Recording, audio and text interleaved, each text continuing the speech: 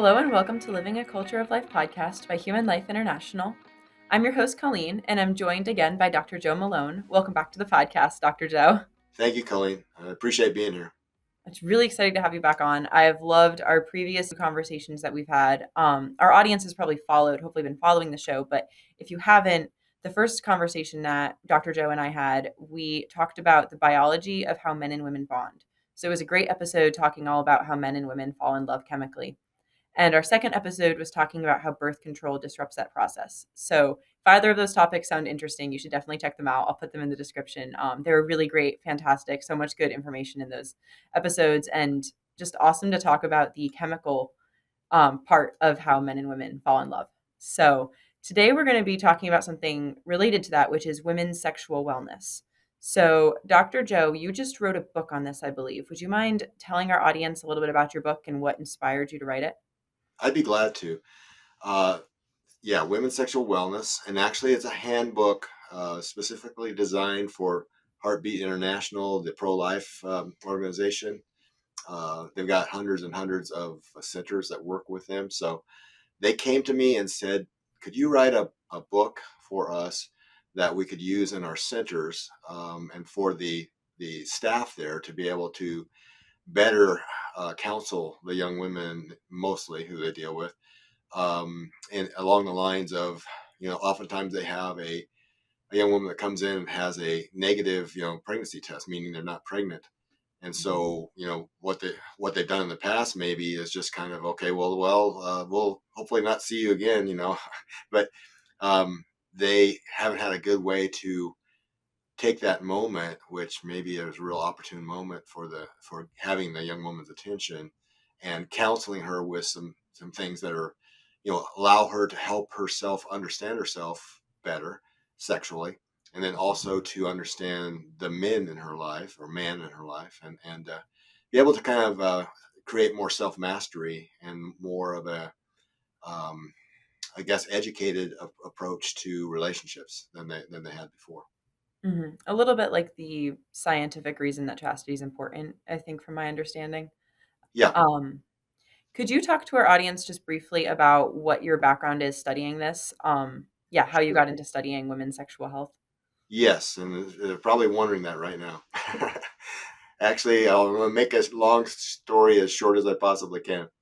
I was working in the fitness wellness industry here in Nashville, where we live, and people were, I was working with people on a personal training basis, etc. And we had all kinds of unhealthy people coming at us. This is the mid '90s to about 2007. And it was frustrating because I literally had people die. I was trying to help them after a heart attack, and they didn't make it. And I was getting ready to get out of the business because I was so disillusioned. God allowed me to have an opportunity to teach at one of the local universities, Middle Tennessee State. And in the process of that, I taught health and wellness and PE type things.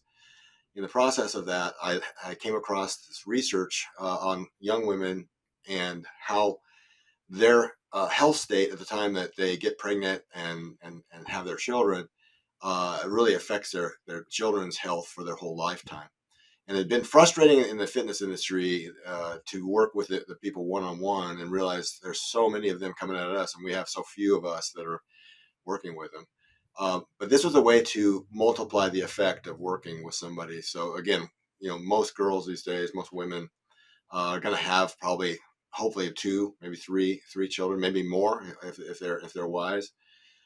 So you're actually, well, I found myself in a situation where I could get at the multiple, multiplier type of effect, exponentially work with the problem way ahead of the curve, so to speak, very, very proactive. So I was working along on that, Colleen and audience.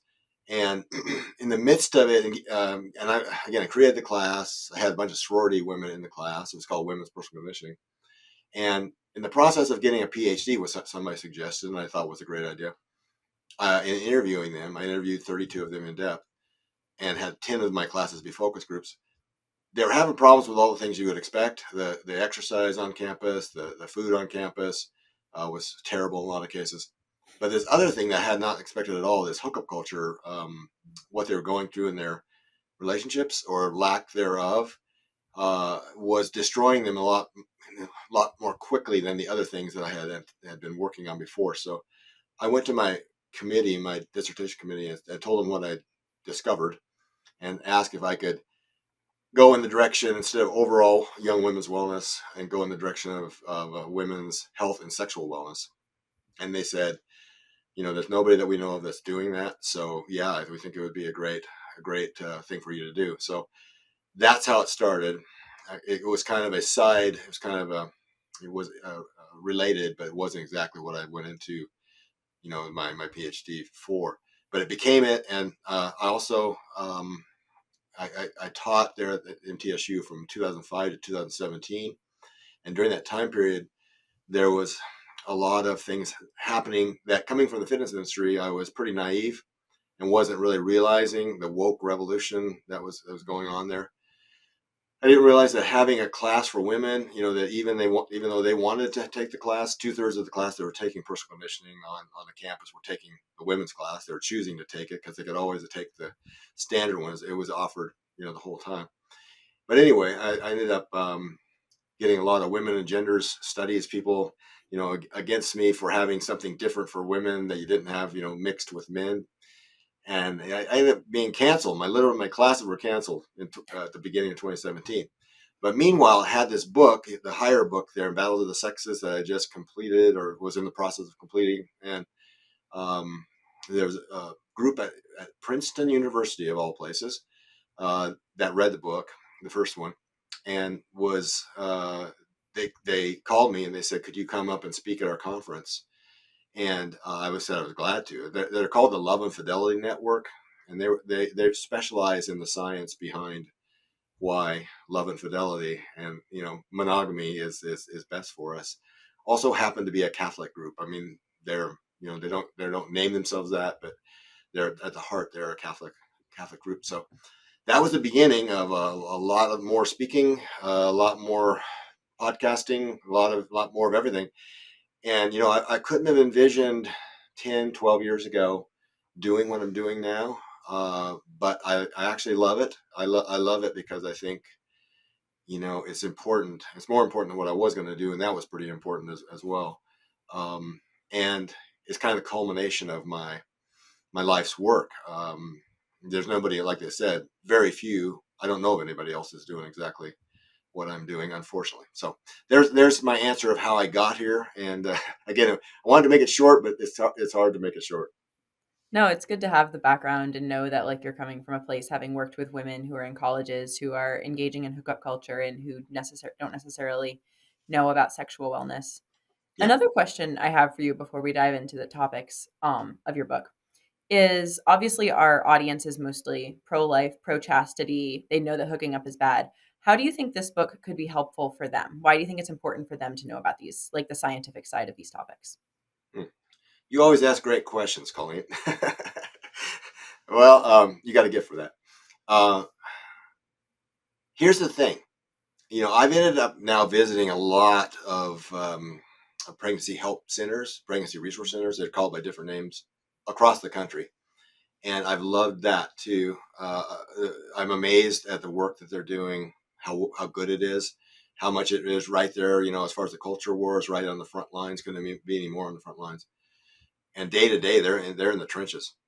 But the thing I've noticed too, though, is that they don't have the things I've been able to share with them, as far as the knowledge on this topic on women's sexual wellness.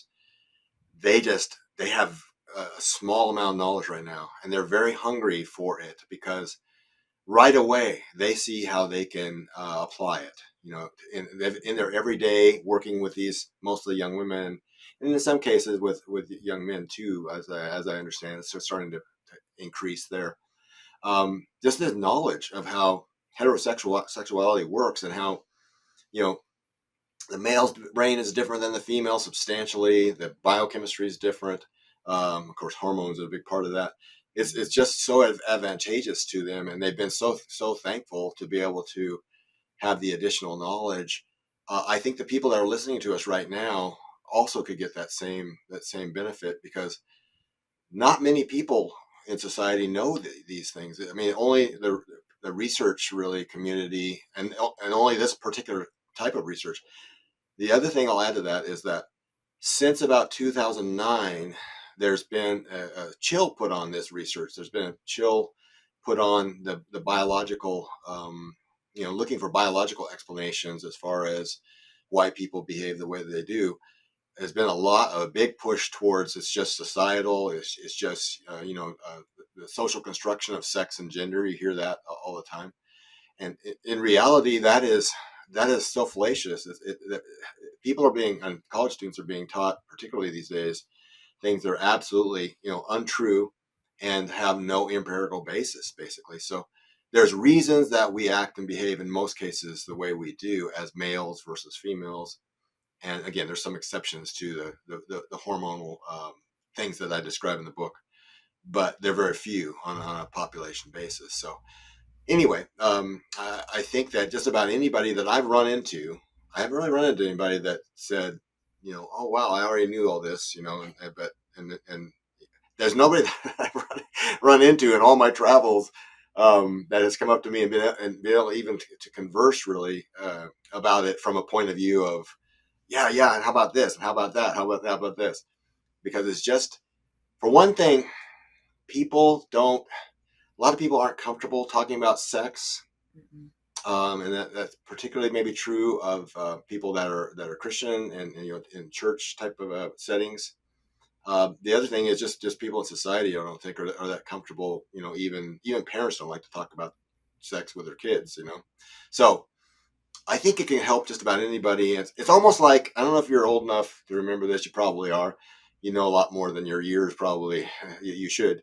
But Men Are From Mars, Women From Venus, that whole series of books. I don't know if that rings a bell with you, but I've yeah, heard of you're it. I don't know anything about it. okay. Well, probably in your audience, if there's some older folks like me or somewhere between you and me in age, it's probably familiar to them because a guy named John Gray wrote it. I think the first one came out maybe in the 1980s. That's why you don't remember it. But it was huge. It was a huge bestseller, and really, he was kind of just at the beginning stages of understanding the differences between the sexes, the biological sex differences. But these series of books, Men Are From Mars, Women From Venus, really kind of laid that out how we are very different, especially when it comes to sex and sexual issues. For sure. Well, and I'm glad you brought up the fact that Christian families don't always know how to talk about sex and sexual wellness too, because that's something that I think it's really important to be able to give parents the tools to talk about even just the scientific side of these things. Like there is a scientific biological reason that chastity is important, and being able to talk about both of those together and not just like this is bad, like sex before marriage is bad, don't do it. It's like, okay, well, here's how it's actually beneficial to you to wait, not just from like the spiritual religious side, but also from just the biological side. And then again, in having conversations with people in the secular world, being able to find the common ground of like, okay, let's talk about health. People care about health, they care about not getting STDs, they care about being able to have healthy relationships and being able to kind of work from the ground up of finding common ground, which is science, and then being able to work up to the moral reasons that chastity is good as well. So I think it adds extra tools in the toolbox for being able to talk about why God's plan for marriage is actually important. So Absolutely, absolutely. I don't know if you saw this research or not, but uh, it's Pew Research, and it's few years old, maybe 4 or 5 years old. But they showed that, and this was just Christians in general, Catholics and Protestants. Christians in general, young people, 50% of them, right around 50%, wanted to know if what they're being taught, theologically, whether that lined up with science, whether science, mm, backed it up. And when you got a 50% number on your young people wanting to know something, you can imagine why, because they're being told, I think in a lot of cases, that Christianity has nothing to say about reality. mhm, But that's exactly, you lined it out and laid it out perfectly. That's what my work does, is it really just lays down the proof, the scientific proof that th- what we are told to do, in God's design, is exactly the best approach to our sexuality. So mhm, um, it really is a faith affirming body of knowledge that I've come across. And I for may have sure. told you the last time we talked, but you know, I was set on, when I first started doing this research, when I first kind of switched over from wellness to sexual wellness, I said to myself, I'm going to investigate this, and I'm going to investigate the science that I know that is genuine and accurate. And if it says, the polyamory is the best, we're repressed as a species, and polyamory is the best thing for us, that would have been what I would have said, in my book. But because I want to be honest with it, I want to say what the science actually says. But the science actually does say all the things that you're talking about, as far as it totally backs up scripture, and science supports scripture is what I found out. So it was very, as a scientist, somebody with a PhD in this area, it really was gratifying to find out that actually, science does support scripture. Hmm. For sure. And also just tying it into the pro-life movement. Um, Obviously, women get abortions usually as some type of backup birth control. They're having casual sex. They may or may not be using birth control. They get a surprise pregnancy and then they're pregnant and then they get an abortion. And so solving the root problem is solving the casual sex problem. And so by helping women understand why hookup culture, sleeping around is bad for them physically, you can help kind of start healing the abortion culture at its root, which is healing the sexual culture that's going on. So yeah, just for people that are involved. And like you said, the pregnancy care centers, it's a great conversational moment where you can talk to the woman about, okay, here's how you can live in accord with your own dignity and, have healthy relationships where you're both having mutual respect for each other and not just using each other physically. And I know that our missionaries do that at the pregnancy care centers that we have around the world. And I think this will be a great resource for helping pregnancy care centers to be able to have those conversations with women and help them live more chaste lives as well. Um, so let's just dive into the material of your book then. What topics do you cover in this book? What are some big ones that we can talk about? Well, let me just read through a few, okay? Let me do that after I say a few preliminary remarks, because what you just said is so profound. I don't want to pass it by too quickly. Yeah, 86% of women who get either contemplate or get abortions are unmarried. And the marriage situation in our country is a huge part of this, or the lack of marriage is a huge part of it. So, some of the things, again, that are not necessarily in the book, but I just want to say here real quick to preface the book, is that the number one, well, first of all, uh, as far as life expectancy, being married as opposed to unmarried, again, as your life's going along, adds about 2 years of life expectancy for women and about 10 for guys. So men have a huge stake in being married or not. The number one predictor of life happiness is marriage quality. The number one predictor of marriage quality is number of premarital sexual partners. The higher the number, the lower the quality as far as the odds are. Again, there are people that beat those odds, and there's exceptions to these rules, but that's what the college campuses that I speak on, I try to get that out. And I'll say the rest of this for actually talking about the book, the contents of the book. But I wanted to put that out there because we want to prevent, as you said, abortions with this. We want to be preventive. We want to be upstream.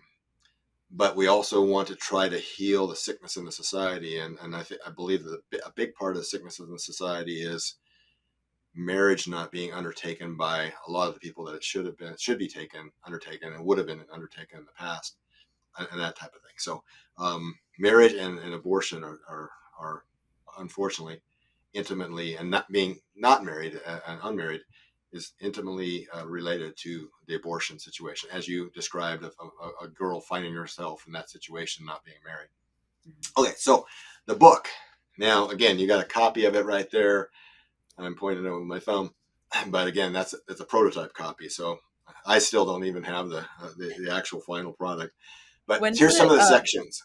Yeah, well, actually, before we dive into that, when does it sure. actually come out, just so our audience is aware? Well, I was told already that it was already going to be out. I was told last week, I think maybe the week before, it was going to the printers. Okay. So maybe I'm thinking by next week it should be out. It's available on pre-order though, right now, and yeah, so it should be within the next 2 weeks at the latest. I would say it should Okay. be coming out. So So hopefully by the time this episode airs, it will already be out for people. So, yeah, and I should mention that it's only available through Heartbeat International. It's not going to be sold anywhere else, and that's unlike most books, unlike my first one. So, um, but anyway, it all works together because they're such a great organization. They do a good job too of getting things out to people. The first section, the introduction, is really about how things are in this area in the sexual revolution. I call it actually the sexual devolution with a D. Things are swinging back and forth, and people don't realize it. But we've had three swings in the pendulum between what I call sexual integrity, and sexual anarchy in the last 300 years. So it's about about 100-year average of how long the sexual anarchy or the sexual integrity periods work. So that means the last one started about 1920, and we're in the 2020s. So we're on. I believe that, and I think that the signs, I won't go into it here, but the signs are showing that we're starting to swing back towards sexual integrity. So that's I wanted to start things out that way because I think there's a lot of people, the way things are these days, Colleen, that are they lose hope. They lose hope that things are ever going to be able to be better, and they think it's just going to get worse and worse and worse. And they think that it was great in the past, and it's just gotten steadily worse since then, and just gotten worse and worse, sexualized and all that. But it has gone back and forth, and this battle between Satan and God has been going on, from the beginning of time. So we start off with some very positive note. The next section is what we were talking about: human sex differences, the biological reality. And boy, do we ever get into the reality there. Just quickly, for those that might not have heard yours and my earlier conversations, there's three areas of the male brain that are twice as big, that have to do with sex drive and sex attraction, that are twice as big and twice as fully packed with neurons as in the female brain. So that's one reason guys have so much more of a higher, generally, sexual attraction, sexual drive. They're all sensitive to testosterone, and on average, males have 20 times more testosterone than females. The female brain also has 13 times more on average of SHBG, which is sex hormone binding globulin. And sex hormone binding globulin shuts down either testosterone, the effects of testosterone or estrogen. So without going into those things in detail, those are the kind of things you asked earlier. The people that are listening to this, I think they could really, really benefit by understanding that. And what I do is talk about it in detail in this first part. And again, there's a lot of other things that, again, I won't go into. Differences between males and females in their behavior, I won't go into that. Well, just off the top, because we may have some mothers or fathers of young men, boys and young men, in our audience here. Just for an example of some of the things we talk about in here, between ages 15 and 25, I call it the male danger zone, or the testosterone trap, because these young men's testosterone is so high, and it's become high really, really quickly. And within, like, from age 13 to age 15, many of them get 30 times more testosterone than they had when they were young boys.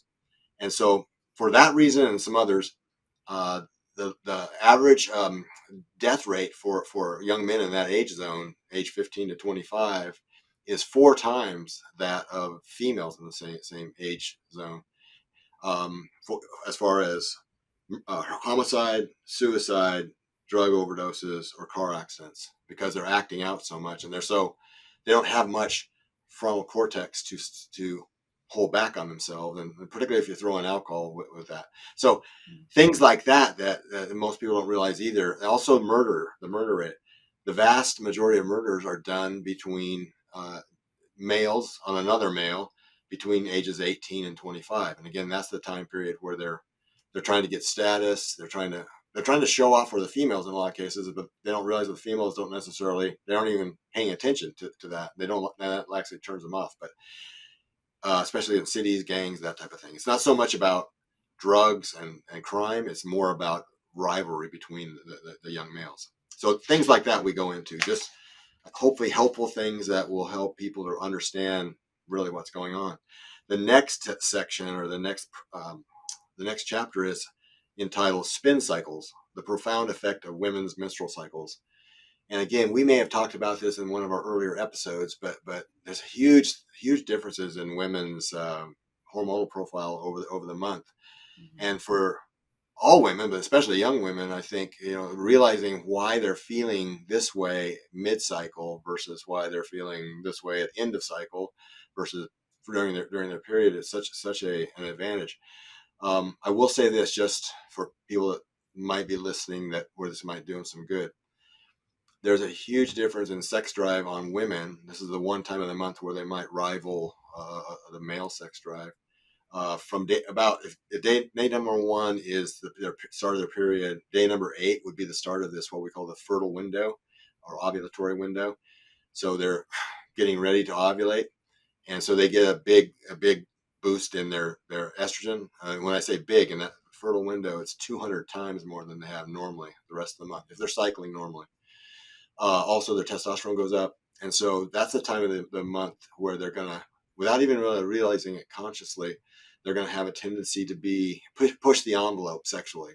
And if you do throw in some alcohol with this young woman during that time period, alcohol with women, it raises testosterone in both sexes, but with women are generally not used to it, and they're not used to the sex drive effects that it has.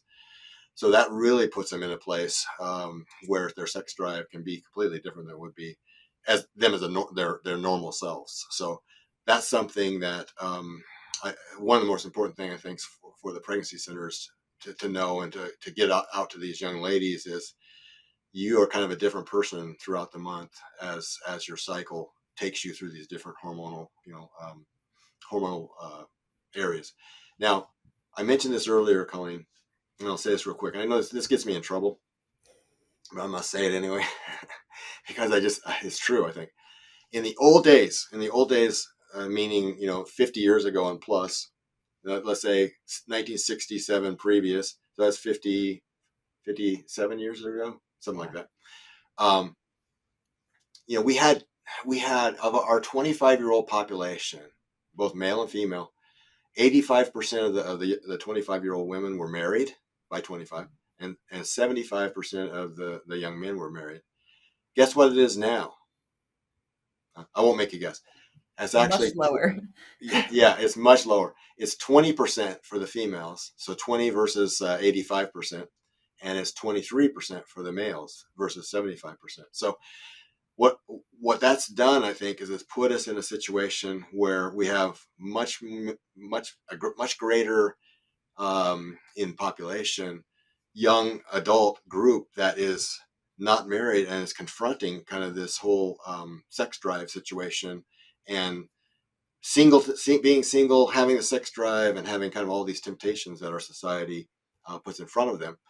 Not only that, the sex drive, the sexuality area of our lives, which really starts when we hit puberty, is increasing because puberty is back 4 years earlier than it was 100 years ago. And now we're getting married on average at age 29 for women and 30 for men. So it used to be 7 years. It used to be a 7-year gap between when young women started having their menstrual cycle and when they on average got married. So 7 years. Now it's 18. So we're looking at a situation where we're kind of, with the pressure we're putting on young people to wait to get married as a society, we're putting in a position, we're kind of setting up to fail, I think, in a lot of cases. So I'll Mhm. just point that out in your audience. If you got folks that are sitting with young people in your lives, and the typical thing is get your degrees, get your professional jobs, get all that. Don't even think about getting married until you're 30ish, and Mhm. if you got people in that situation, that's a capstone approach to marriage. The cornerstone approach is where they get married younger, and they end up building their kind of lives together, and working through a lot of struggles with each other. The Mhm. research on it, I'll say this again, this is stuff that the book may not address it exactly, but the next one will. Uh, the research on it up to this point has shown that the it's cautioned against that because it said that statistically the ones that get married at younger ages, let's say 22, 23 versus 28, 29, 30, don't have as good of a chance of having a lasting marriage. So divorce is higher, for the younger ones that got married, and then also happy marriages. But here's the thing: as to your point earlier, as far as chastity, and that there are things that are very important and very beneficial to chastity. When you look at the research in the nuanced way, the very best chances, the people that marry, women that marry, that have the very best chances of having a happy marriage and having it not ended in divorce are the younger ones, age 22, 23, 24, that get married, that they don't cohabit with anybody, before they get married.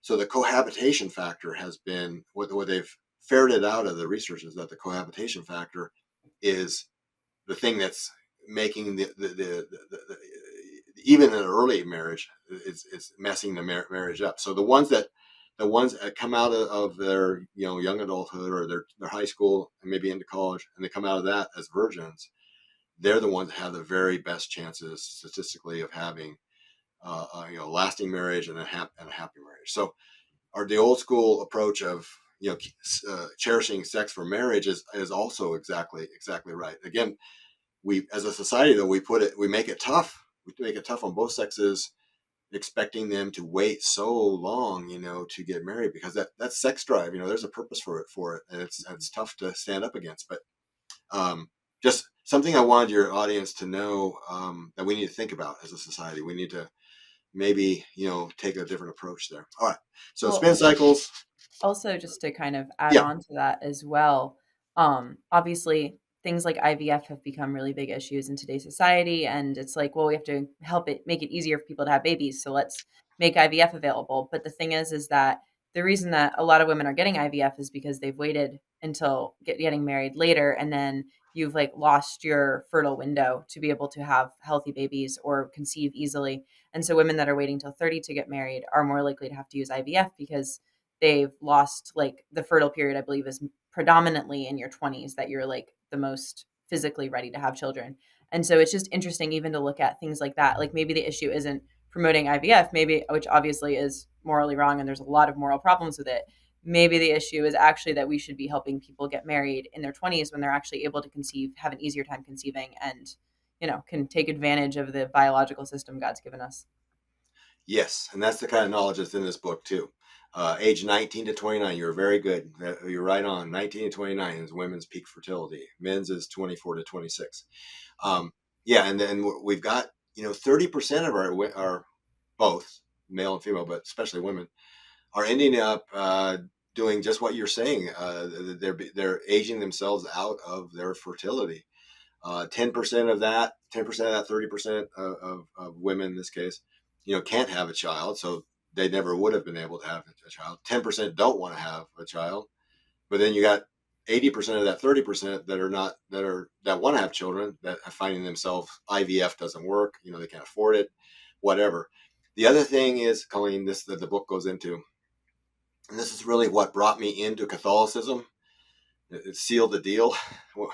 um, the the effect of the old school Catholic approach to marriage, which again was absolute, as much as possible, absolute chastity, non-marital chastity, and therefore driving the age of marriage younger generally, and then starting having children probably younger, therefore, and being open to procreative, open to life.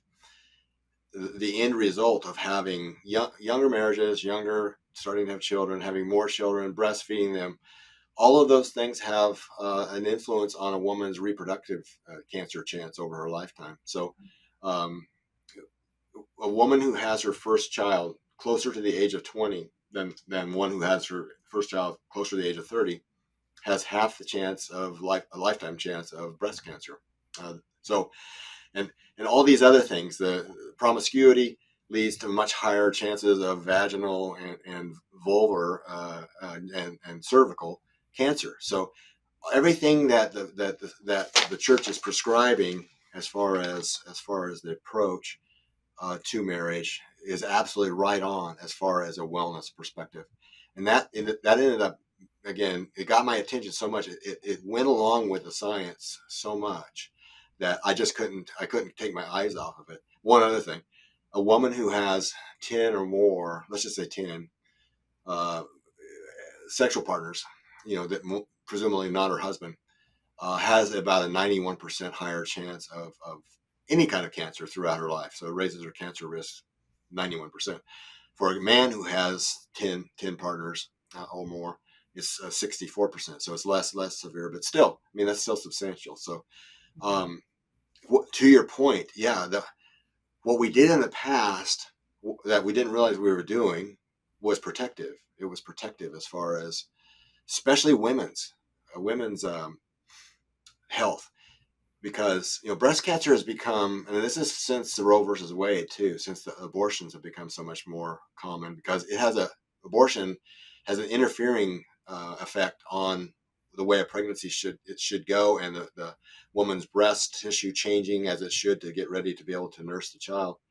It interferes with that, and so I can't cite I have them. I don't have the exact statistics of what it was pre 1973, the breast cancer rate, but it was something in the thousands. It was like one in thousands. Might have been 1,000 something or other. Now it's 1 in 8. It's 1 in 8, and for a number of different reasons. But yeah, and one of them is that the system of having abortion, but also the later marriage, one child, maybe no children, children. So there's a lot of things there that we messed up on. We messed up, and women, I think, particularly need to know these things, because they can make a better decision in about, okay, do you want to take this chance, or do you want to not take the chance? So Yeah. doesn't mean they're all going to get breast cancer. Oh, this is the other thing I was going to say. Breast cancer, as of 2020, became the world's leading cancer diagnosis, and that's only 99% of people who get breast cancer are women. So Yeah. I mean, that is a huge scourge on women for breast cancer to be the number one cancer diagnosis. And it's a lot of times it doesn't come out well, because by the time you find out about it, it can be really, really, really bad. All right, moving on. Well, and that's like, you have like Breast Cancer Awareness Month coming up in October, and that's never a conversation you hear around that. Also, birth control. We had Dr. Angela Lanfranchi on the show a Mm-hmm. year and a half ago, and she was talking about how both birth control and abortion increase a woman's risk of breast cancer. And it's just, people talk about how they want to end breast cancer, and like I'm sure that people involved in that like do, like, you've known someone that has breast cancer. Like, I'm not saying that they aren't passionate about what they're doing, but there's this decided lack of knowledge and a lack of care that abortion and birth control contribute to that, and that's something that really needs to be brought into the conversation. And I'm guessing it's because breast cancer organizations don't want to admit that, so people just don't realize. But it's really important to be informed about that link, so that A, women can make better decisions, and also B, that if you really want to end breast cancer, that's a huge part of it, is ending the abortion and birth control use. Exactly. And that's a great segue into the next section of the book. The next section, or the chapter, is called "She's Quite the Pill," and that's what we talked about in the, Yeah. the previous episode. Everything you said. I wish all young women were as educated and wise as you are. We would be in a lot better shape. We just need about 30 million more, like Colleen. All right. The next section after that is obviously titled, why it's titled "The Humiliation of Hookup Culture." So we go into all the ways, particularly women, lose in hookup culture, and how they can win by going the other direction. Um, we in that section too, we talk about something that I know we didn't talk about last time, because I put it into the book late, and your audience and you should know about this. This whole 80 to 90% of women will have a tendency to really be put off by hookup culture, and it goes against their sexual natures, because their sexual nature is 80 to 90% of them to bond, and to not have sex outside of a bonded and marriage relationship. But that starts pretty early, and I want to just throw this on you, because this is a part of the section of the book that I think is important for young people, and for their parents, and for whoever to catch on to, as opposed to what radical feminists have been telling us, that there's no difference really between males and females. It's just the way you're raised and that type of thing. there's this big, along with the other things I mentioned earlier, testosterone. And by the way, girls get 17 and a half times more estrogen. So they have a ton more estrogen than men do, and men have a ton more testosterone. But they both sexes get a big burst of oxytocin. And oxytocin, I know we talked about before. It does a lot of things. Does a lot of important things in the body besides bonding. But bonding is kind of our issue here. But these other things that it does is it lets down milk. That's when a woman's pregnant. But it also is the smooth muscle tissue is what makes birth happen. So actually, birth doesn't happen, without oxytocin. Also, it makes orgasm possible. So in an orgasm, it's oxytocin that's making the muscles move, flex in both male and female. But it has this other, I think, even more important than those really life-giving functions that it has. It sets up both sexes, because both sexes get about 5 times more oxytocin at about age 10. They start this process 10 to about 15, so kind of the pubertal time period. And they get 5 times more oxytocin than they had before. It affects the boys different than it does the girls, though. And this is again another thing that can be very helpful. With the boys, it increases their sex drive, as if they didn't need their sex drive, increased beyond what the testosterone does to them. But it does not affect their bonding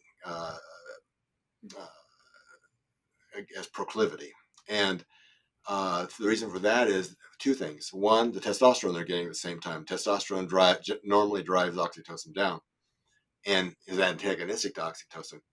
The other thing is, in utero, a boy's brain is not configured to be sensitive to oxytocin. So the opposite happens to girls. The girls, their brain is in utero configured to be sensitized to oxytocin. And it also raises their sex drive, in case I didn't. Boys' sex drive is raised, okay? But just sex drive. It raises the girls' sex drive from age 10 to 15, but also their bonding drive. Probably more their bonding drive than their sex drive. And so they're looking right from an early age, kind of the puppy love type thing. They're not looking for sex, not like a 15-year-old boy necessarily.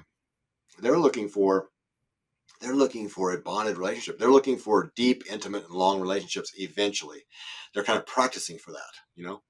What they're getting, though, these days is shallow, superficial, and short relationships, because a lot of times some form of sex is happening instead of the old, traditional marriage, traditional family, eventually. So that's something that everybody needs to realize, that these girls that are unhappy, just with their life in general, but especially with hookup culture, there's a natural biochemical reason for that. And some of the proof of the girls not being happy with this, the 70s was really and I came of age. My wife and I came of age in the 70s, so we kind of experienced this. But the way the sexual revolution, or devolution as I call it, hit our young people. Up until 1976, high school senior girls had been happier than high school senior boys. And the boys were still happier for a while, but the girls' happiness level started dropping for high school seniors in 1976, and just continued to keep dropping. It passed the boys as far as being, girls became less happy than boys in the mid 90s, and it's just continued on to where we are today. A year or two ago, they did research, and they found out that 57%, I have it here somewhere, 57%, I believe, is the right number for girls that were persistently sad and unhappy and hopeless and depressed and anxious. The number was less than, about half of that for the boys, like 29%. So that has become typical. And again, maybe I'm the only one that's seeing this, but this situation we've got going in society is really, really not a fit for most of our young women. It's going against their sexual natures.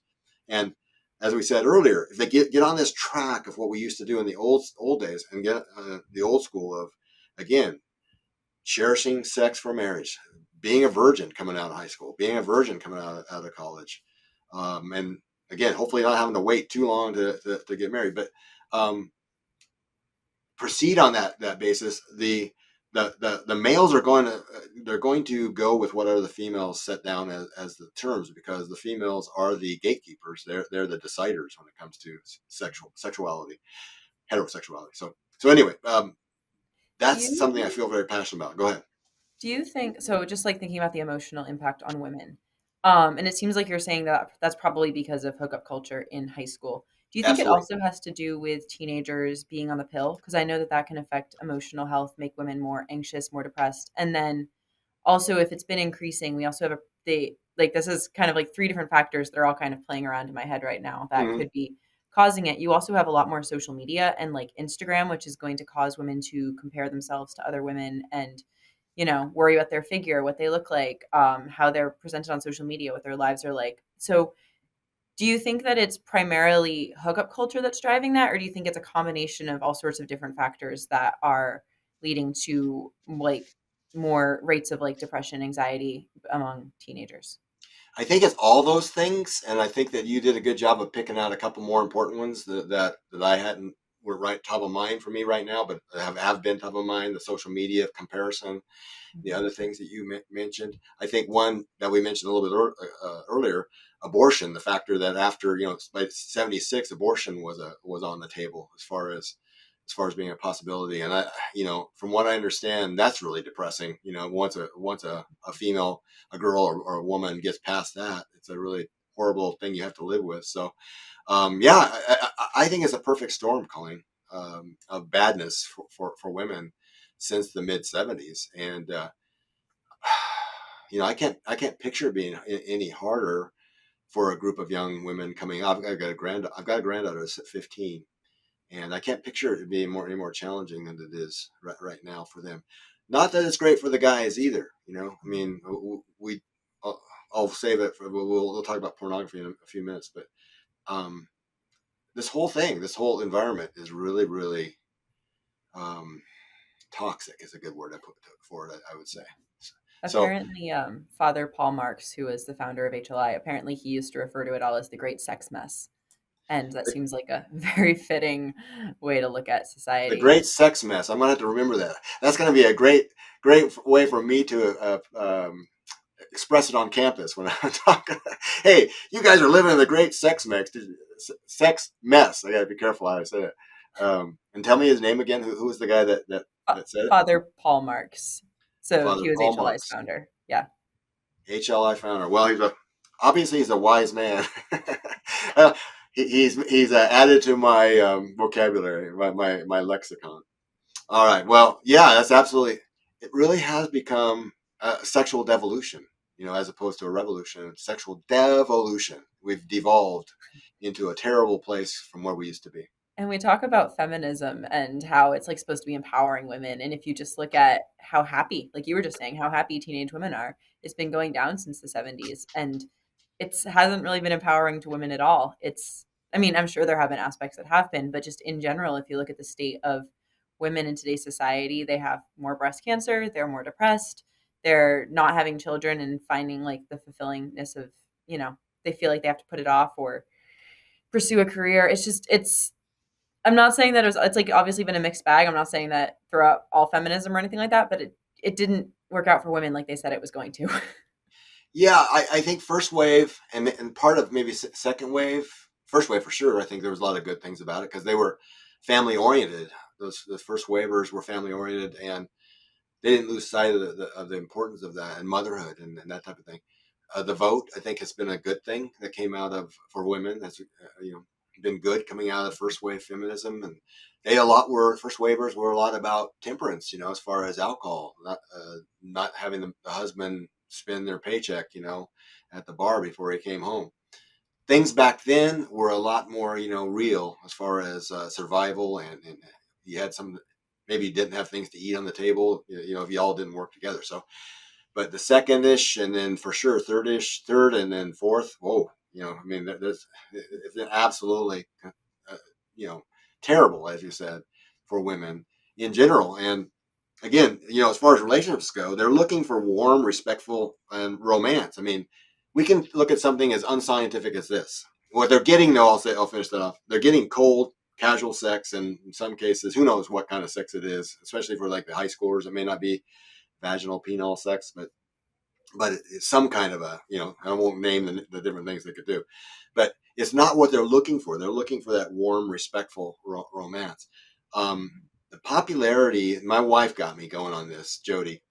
The Hallmark movies, or these days Great American Family movies, and boy, there's so many females I think that love that. But when you think about, by the way, I looked up the stats on it, and 29% of women, 29% more women say that romance or romantic comedy is their favorite type of movie than men do, and 86% of romance novels are bought by women.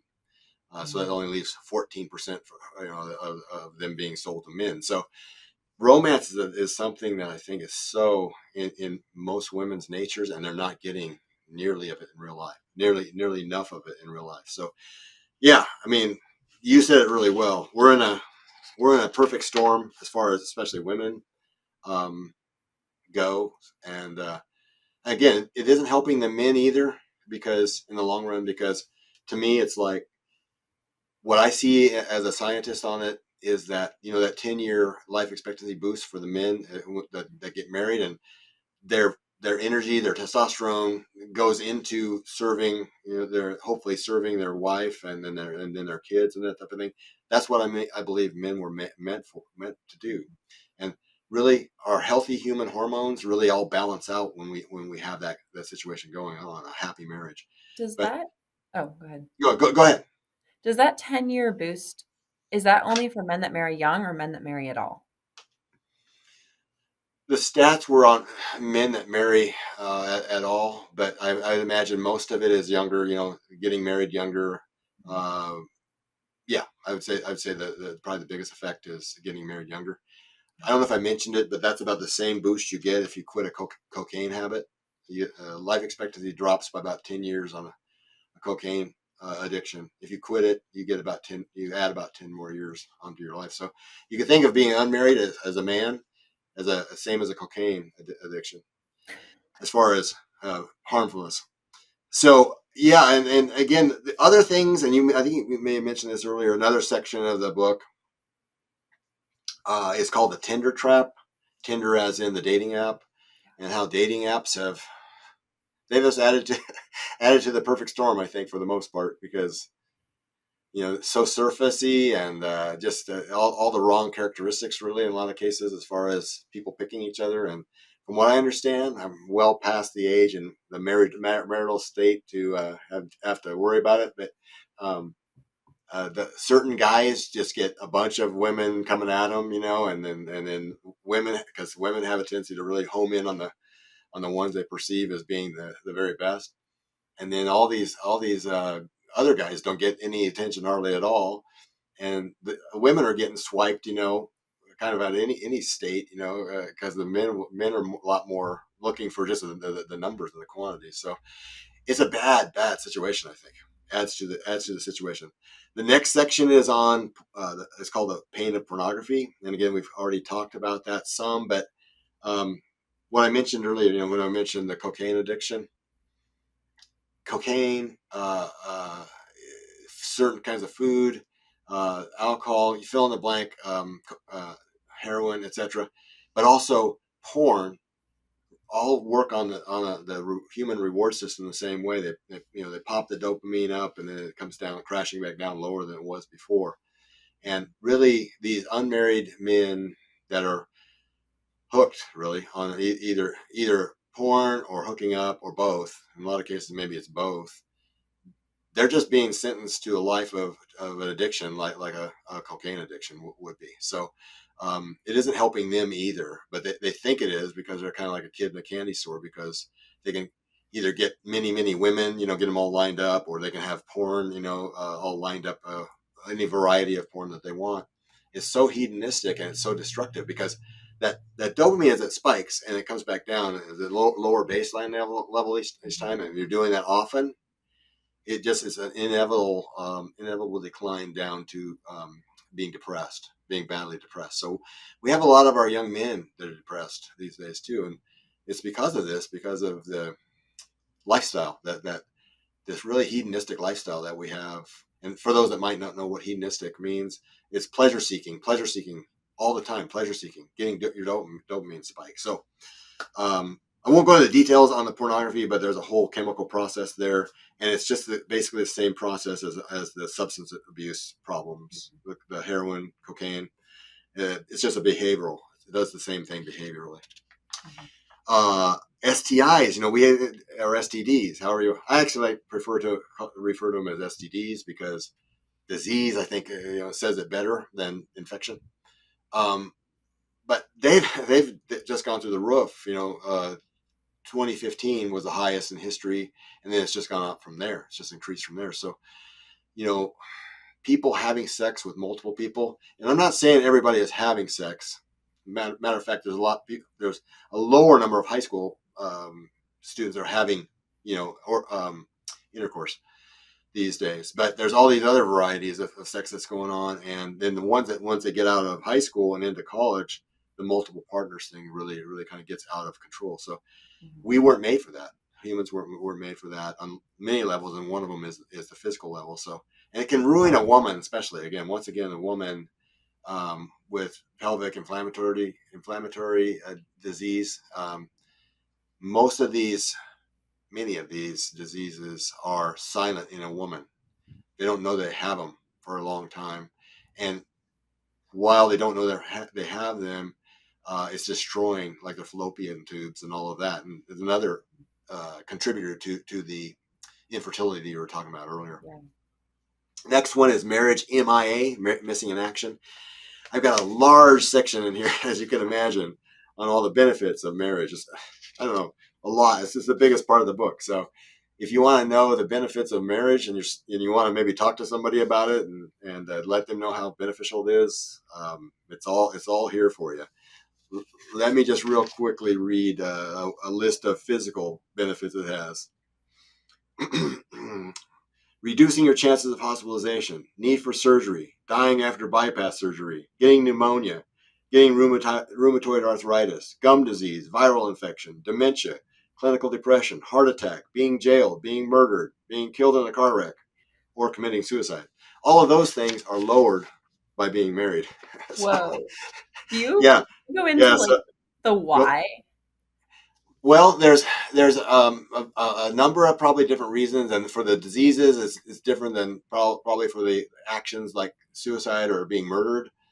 But for one thing, marriage has a huge effect on young men's behavior patterns as far as, and again, this isn't always because some men aren't good husbands, but the ones that are, which is I think in most cases the case, um, it pulls them in as far as and kind of scopes them in a different way as far as being a provider, thinking about somebody else besides themselves. Now they're starting with their wife, especially when they have their first child. It makes a huge difference hormonally, for one thing, on a young man, a new father. A new father that's holding his child for the first time, especially if there's skin to skin contact, which generally there always is. Um, the pheromones, Colleen and audience, from that baby to the father has this chemical change on the father. First of all, it lowers his testosterone levels by 50%, 50%. And it raises his estrogen by 300%. Now, men don't have much estrogen, so that's not a huge difference there, but it's helping the estrogen. And when you have more estrogen, oxytocin has a better chance of working. Okay, so it raises estrogen, and then a big one, it lowers his cortisol by 200%. And so he's much more relaxed, less worried. He's focused on this baby, and again, he kind of gets a similar chemistry to what a mother would have with the estrogen and the oxytocin combination, because that the pheromones from the baby is going back and forth to him. His is going to the baby, and they're attaching there, and it's just a huge positive. It's a positive calming effect on a man as well. So men, I think in marriage, I mean it's obvious, and we went through the stats, get the bigger positive effect. But women, that allows women to play out their natural instincts and role, because again, 80 to 90% of them want to bond. They want to create this lifetime, this marriage that's going to go the distance and it's going to produce these children. And I don't know how many, when I was teaching college, I don't know how many young women I had in class when I would ask them what their goal for their life was. The guys just never happened, but a fair number of them said, I want to get married. I want to be happy. And it was like, uh, yeah, that's exactly right. That's kind of job number one, and then anything that comes around that, is icing on the cake, so to speak. So, but Well, they would just come right out of it. Go ahead. Well, it sounds like from what you were saying, just going back to your point about how men, like, in a sense, seem to get the most positive benefits out of marriage, it seems like women have the most negative effects from hookup culture, and then men get the most positive effects from marriage. So, like, you're both getting really good effects, but it seems like it's that hooking up and casual sex negatively impacts women physically, emotionally, in a more extreme way. And then the benefits of marriage, like, help men more. So, it's Yeah. just interesting observation. Well, that's a great observation, and that's one that kind of in the back of my head I'd made before. But I think you need to help me write the next book because I'm not just saying that. That is a great observation because with all these effects, all these things that I've come across and the research I've put down, there's so much of it. It's like a blizzard. It's coming at you. Somebody like yourself that's wise and very intelligent can take it and kind of synthesize it because that's what people need is they need to be able to synthesize because it's too complex in a lot of cases. I know we're probably getting low on time, so I'll hurry on. How men and women fall in love differently, and you and I talked That about was, that, the yeah. hormones and all that involved. That is a Okay, very I'll link that episode so people can watch it here. So yeah, yeah, that's worth you going and taking a look at those the other episode, the one that wasn't on the pill. Um, Different chemistry. Uh, Divorce. We call it the disaster of divorce. You might notice that these chapter headings have they have a message in them too. The disaster of divorce.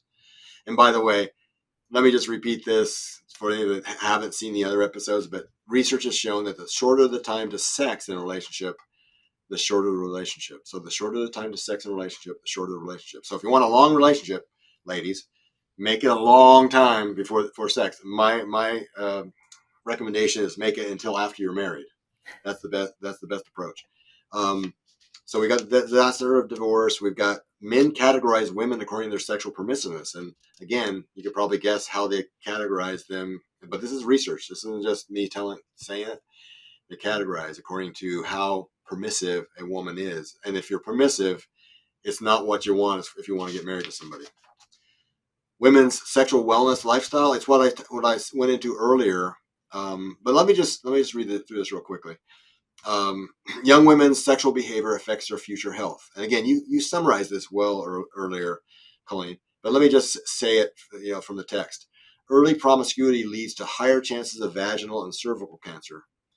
None or minimal number of pregnancies and none or minimal breastfeeding raises her lifetime chances of developing ovarian and uterine cancer. Delayed childbearing and fewer pregnancies raise the risks of the lifetime development of breast cancer.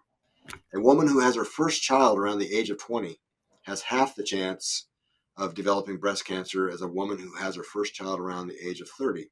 And finally, 10 or more lifetime sexual partners raise a woman's lifetime cancer risk by 91% and a man's by 64%. That's worth remembering because, whoa, can you avoid a lot of problems if you take that to heart? Mhm. A section on positively pregnant, and there's a lot of, it's kind of like marriage. There's a lot of really positive things about being pregnant. Women having a cycle and women's just their whole system is such a wonder. And folks that are against our way of thinking, they try to say, uh, your cycle is terrible. That you have to live through your cycle, and having a baby, it's like a parasite. Inside it's an awesome thing. It's a miraculous thing. So women should be proud of of the way their body works because it's amazing. It's a miracle. Our male body is so much more simple and not as amazing. I don't think as a woman's is. All right, and finally, kind of the solution we try to get to is called romance revolt, and just simply back to romance. I have a couple of, or my wife and I have a couple of social media, even though, as you and I agreed earlier, it's kind of an evil in our society. but you got to take anything that's in front of you, I think, and try to use it for good. Especially if it's a lot of the young people these days are hooked on it basically. So Romance Revolt is the name of it, both Facebook and Instagram. And on Facebook is it's a closed group, so you have to be approved to get into it. But I would love if some of your listeners here today would like to be part of that, even if they're not young and single, even if they have people that they love that are young and single. Uh, we have people that are on there that aren't, in that category. We're all just interested though in um, getting to getting that traditional courtship, traditional marriage, and traditional family. And I try to put memes on there and different things on there that are encouraging in that direction. And really, I mean, a lot of it's really designed for young women. Again, that's been my background, as I described, to encourage them to be strong and go down that pathway, really, of self-respect and chastity. And again, finding that guy that's going to treat her right and respect her, and they're going to have a great partnership for hopefully, who knows how long, 70, 80 years, I hope. Yeah, So for yeah, sure. that's basically the book. So you have any questions? Well, I do have one, but I just want to make an observation first. Sure. Before we started filming today, I was like just kind of curious, so I went to Planned Parenthood's website because they do a lot of the sex education in today's culture, and like Mhm. the schools in America today and across the world through International Planned Parenthood. We run into them a lot, but yeah, it seemed like their videos on sexual wellness had mostly to do with STDs, and it was more of like why you should use condoms to avoid STDs, which doesn't actually work all the time, and then also just like how to get tested. And I was just like sitting there being like, there's so much more to sexual wellness than this. And maybe it was just the subset of videos I found, but it sounds like you're covering everything from how it's going to affect you emotionally to how it's going to affect you physically to how it's going to increase casual sex is going to increase your risk of cancer down the road. And it's just, I don't know, made me realize just how narrow-minded sex education can be with promoting casual sex, telling people to use birth control, and telling them where to get abortion. Like that's setting them up for all of like the bad sexual health. And then it sounds like your book is doing a really nice job of kind of giving women a great overview of how to actually set themselves up for success physically in the sexual area. And obviously, then that impacts emotional and the rest of your health as well. So, yeah, thank you for putting that together. And my last question is what thing, when you were researching this book, did you find the most interesting? There's so many interesting things. I just time after time I found myself thinking, I wish I would have known that when I was a teenager. Especially if I'd been a girl. Um, I think the most interesting thing was that young women's sexual wellness lifestyle, because it just maps on so perfectly as far as the behavior. Again, the old school behavior, the earlier marriage, earlier children, lots of children, breastfeeding, Mhm. family oriented. It maps on so well to what the research shows on the huge positive effect as far as health goes, and it's almost like slapping us in the face and saying, "Hey, you guys pre 1965 had a pretty good thing going. As far as the way your life, your society, the way you lived, your norms, and boy, have you all gone off the rails basically. You've had a train wreck here, so um, need to get back, need to get out of this period of sexual anarchy that we're in and get back to sexual integrity. And again, we'll never know, nothing will ever be perfect. And one thing, for anybody's listening, when I speak to the college students, I always try to say this. you know, People listening may have a quote unquote, the term is body count these days, a body count of who knows, 15, 30, 100, maybe even. But it isn't, hearing this wisdom, it isn't my wisdom. It's really the way that God created us and his design for us. It isn't what happened, last night or yesterday or even earlier today. It's what happens from here forward, and taking this wisdom and going forward, and what's tonight going to be like? What's tomorrow going to be like? What's all the rest of your todays and that night going to be like?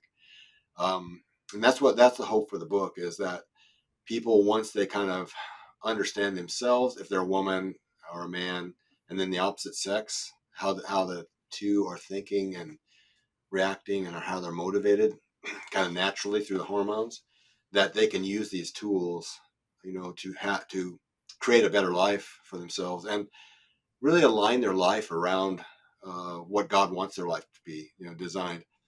And the bottom line too is, I think the very best and biggest step that you can take is giving your life to Christ. If you haven't dedicated your life, given your life to Christ, believed on Him, and gotten on the pathway to heaven, um, I think that that's the absolute first and best step. And then the book, I think, just falls right in with that to show you, hey, God, there's a God, first of all, and He's really, really smart Yeah. And he's about what. created your body to be so fantastic and how it operates and all of that. And like, this is how you can, you know, live like that life to the fullest and physically and emotionally and spiritually. Yeah, and as a young woman, if there's any young women listening to this, or somebody that loves a young woman, maybe has a daughter or whatever, it's not a mistake of you wanting to having that yearning to meet somebody that's that great young man that's gonna, again, you're gonna respect you. They're gonna have a great time together. They're not gonna push you, for sex, even though everybody else seems to be doing it, and is expected, of everybody else. You think. Um, that you don't have that instinct for nothing. It's in there for a purpose, and it'll take you in the right direction. Follow it. Follow your. I call it sex IQ. You have a sex IQ, and women's. By the way, sex IQ is about 4 times that of the average, the average guy.